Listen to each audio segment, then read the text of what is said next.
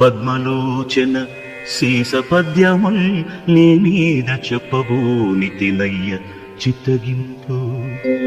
గణయతి ప్రాస లక్షణము చూడను లేదు, పంచకావ్య శ్లోక పఠన లేదు, అమరకాండత్రయం బరసి చూడగలేదు, శాస్త్రీయ గ్రంథముల్ చదువలేదు.